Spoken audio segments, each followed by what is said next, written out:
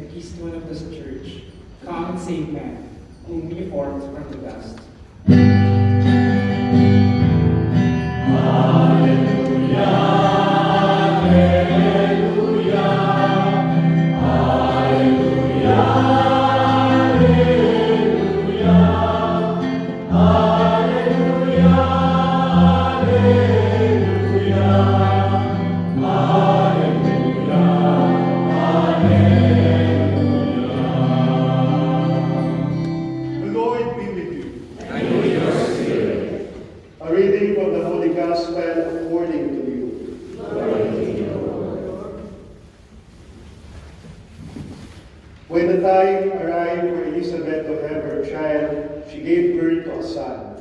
Her neighbors and relatives heard that the Lord had shown his great mercy toward her, and they rejoiced with her. When they came on the 8th day to circumcise the child, they were going to call him Zechariah, after his father. But his mother said in reply, "No, he will be called John." But they answered her, "There is no one among your relatives who has this name." So they made signs, asking his father what he wished him to be called. He asked for a tablet and wrote, "John is his name." And all were amazed. Immediately his mouth were opened, his tongue freed, and he spoke, blessing God. Then fear came upon all their neighbors, and all these matters were discussed throughout the hill country of Judea. All who heard these things took them to heart, saying, "What then will this child be? For surely the hand of the Lord was with him." The Gospel of the Lord. Praise to you, Lord Jesus Christ. Please be seated for the word.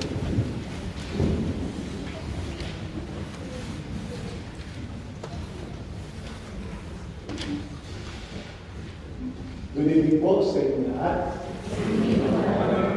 Malapit na po ang Pasko. Can you greet the person beside you? Merry Christmas.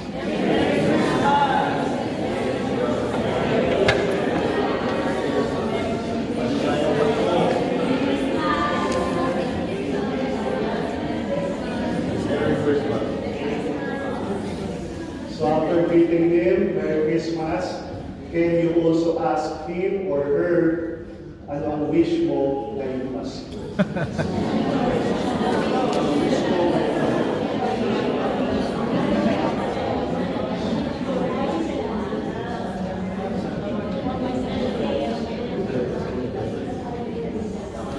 What is your wish this Christmas?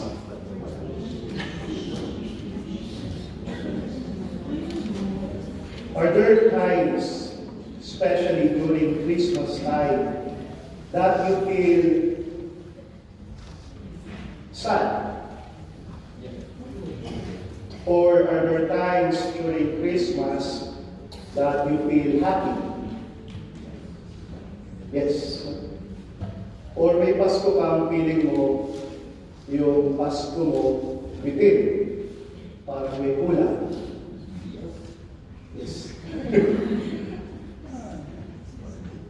Maybe because many of us, our wish is this. What was the wish of many during Christmas? Pakibasa po natin. Ito yung usually wish natin kapag Christmas.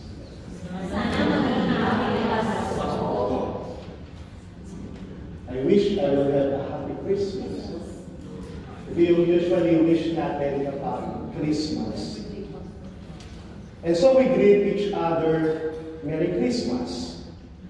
And it's the same. Every time we greet each other, Merry Christmas, we want them to be happy this Christmas. But, kapag ganito po ang wish natin, it's always within. Parang laging may kulang. Okay naman yung bati na yun, pero madalas, within. If we wish to be happy, that would be external only. Palabas. It would come from somebody or anything else. Halimbawa, we will be happy kapag we receive a gift. We will be happy if malaki yung bonus natin. We will be happy if there is no problem. We will be happy if there are no sickness. Kapag ganun ang wish natin, madalas pabibitin, kulang. Ang maramdaman natin sa Pasko, parang kulang. Parang may hindi tama. Kaya nga, ang better wish ko, this Christmas, sabay-sabay po natin basahin. Hindi yan. Next. Hindi nga yan. Ayan. Ang wish po natin this Christmas, sabay-sabay po tayo. Sana. Yun. This is the better wish, no? Hindi yung mukha kanina. This is a better wish. Sana maging, I wish I will have a meaningful Christmas. If you wish your Christmas to be meaningful, it will not depend on somebody. It will not depend on anything. It will depend on you. If you are attending the Simbang Gabi, Lubina Masses, I'm sure you are making your Christmas more meaningful. Kapag makikipagbati ka sa nanay mo, o kaya sa kasamahan mo, o kaya sa kapatid mo, o kaya sa kaibigan mo, kahit parang ang hirap-hirap, dahil alam mo naman hindi ikaw ang may kasalanan, you are making your Christmas more meaningful. Kapag nag-reach out ka to somebody, if somebody needs you, and you extend your help, your Christmas becomes more meaningful. Kaya sana po this year, yan sana ang Christmas wish natin. Not only Merry Christmas, but a meaningful Christmas. Approve po ba yun? No. Para hirap-hirap kayo. Kaya yun. Kaya yun. In our gospel for today, one person experienced hindi lang merry, not only a happy, but most especially a meaningful life, a meaningful Christmas. And that is Zechariah, the one that we heard in our gospel for today. Our gospel unfolds during the 8th day since the birth of John. The 8th day usually is the circumcision for the Jews, or the child, baby-born Jews. So during that time, naming of a boy was a very important occasion for the whole neighborhood, for the whole family. Pupunta sila doon sa bahay kung saan mayroong bibigyan ng pangalan na bata.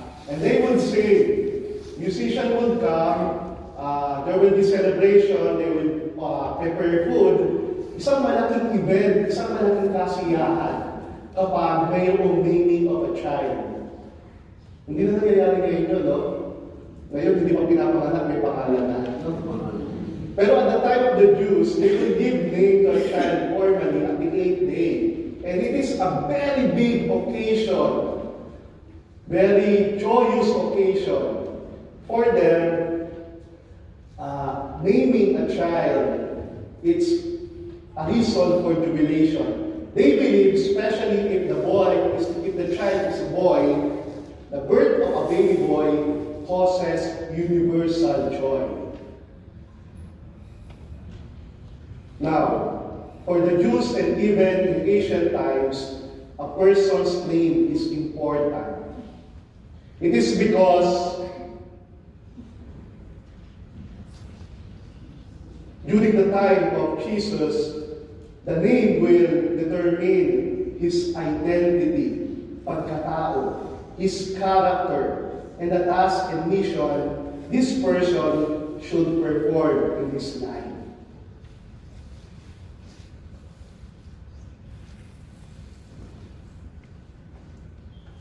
Kaya po at that time, yung lahat ng mga neighborhood nila sa Keraya, they are expecting the couple, Zechariah and Elizabeth, to name the child Zechariah, because that is the name of his father.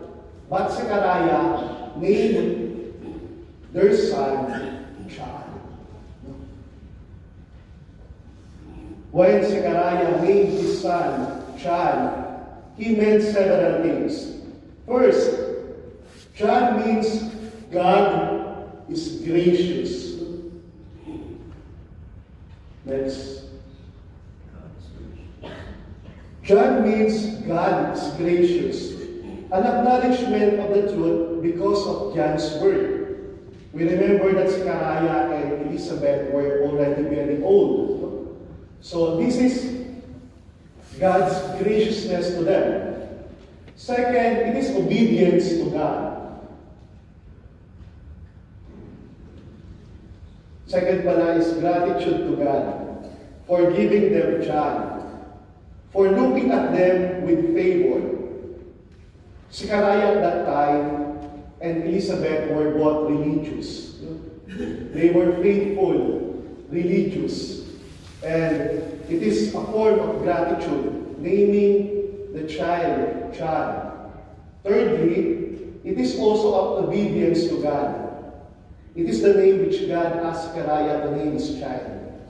If you remember during the 4th Simbang Gabi, when Angel Gabriel appeared to Zechariah, and then Zechariah was doubtful that they are going to have a child, di ba sabi ng anghel, dahil ikaw ay nagduda, you will not be able to talk. Hindi ka makapagsasalita hanggang mangyari ang lahat ng ito, hanggang ipanganak ang bata. And can you imagine Zechariah at that time? He is a priest. No? At that time, he's a priest. Hindi yung priest ngayon, pero at that time, the temple, siya yung taong templo, and he usually speak to the people. So nawalan siya ng boses at that time. Hindi nakapagsalita. It would be very hard for Zechariah. And yet, because of obedience to God, it is the name God asked Zechariah to name his child. And so, they named the child John. Zechariah, the promise of God kept him in the joy of the Lord in his sickness. Yung pagiging unable to speak niya for 9 months. But there is this joy that kept, because of the joy of the Lord, he was able to endure it. He was able to endure being unable to talk for almost 9 months. Because there's this joy of the Lord inside him that he kept. Zechariah proved his trust in God's word, and finally, he gained his voice.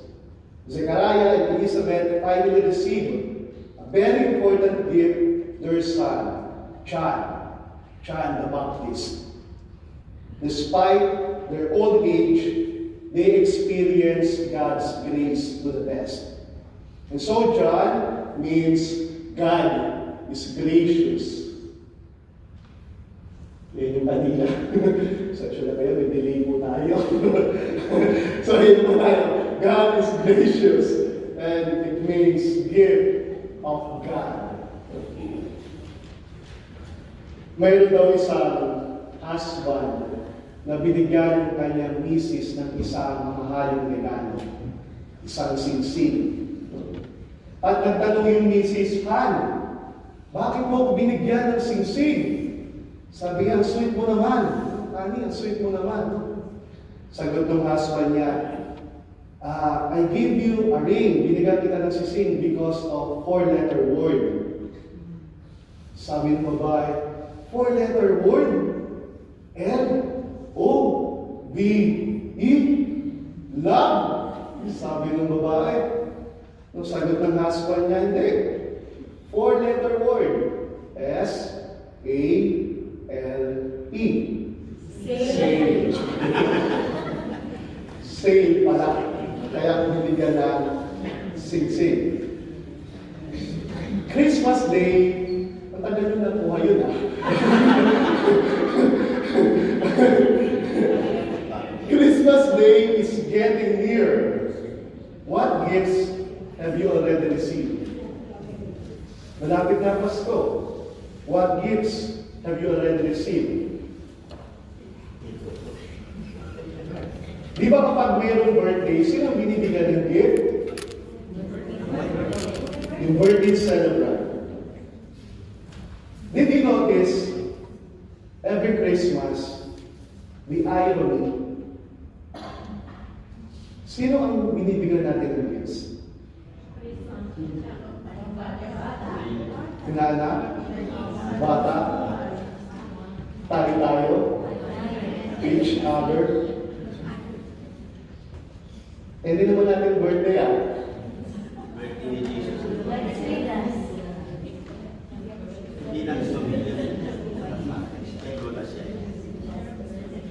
So it's okay lang naman po yun, no?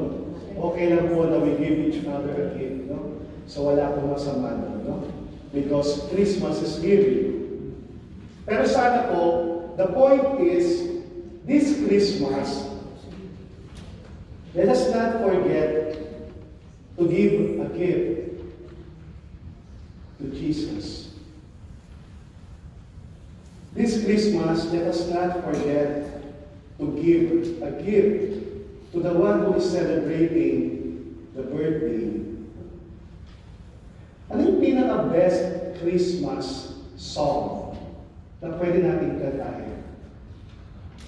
Ano yung pinaka-best Christmas song na alam niyo? Ha? Give Love on Christmas Day. Dami nating favorite na mga song. Pero have you tried singing during Christmas Day the song, Happy Birthday to you? Parang wala kumakanta ng Happy Birthday pag Christmas. So this Christmas, the point, malapit na po ang Christmas, the point is, let us not forget to give a gift to Jesus. At ang pinakagustong gift ni Jesus sa atin this Christmas is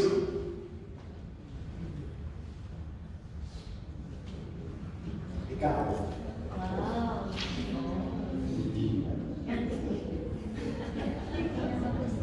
The best gift to the Lord this Christmas is you. Hindi mo na kinakailangan pumunta sa Don Quixote. O hindi ka na pupunta ng Yodobashi camera. Hindi na tayo mag-iintindi ng 10% tax. All that Jesus wants is you. To embrace you, to be with you. You know, what we are doing the past 8 days, don't want si Lord kapag nagsisimba po kayo. For the past days that you are here for the Simbang Gabi, every time Jesus saw you here, tuwang-tuwa po siya.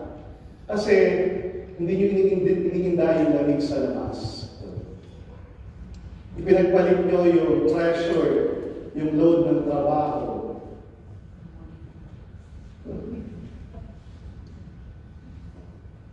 You are here just to be present, just to be truly present in the Lord.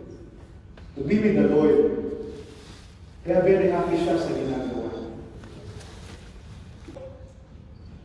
As you bring yourself to the Lord this Christmas, we want Him to be happy by giving Him these gifts. What will you stop doing?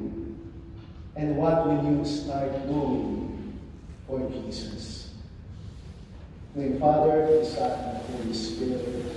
Amen.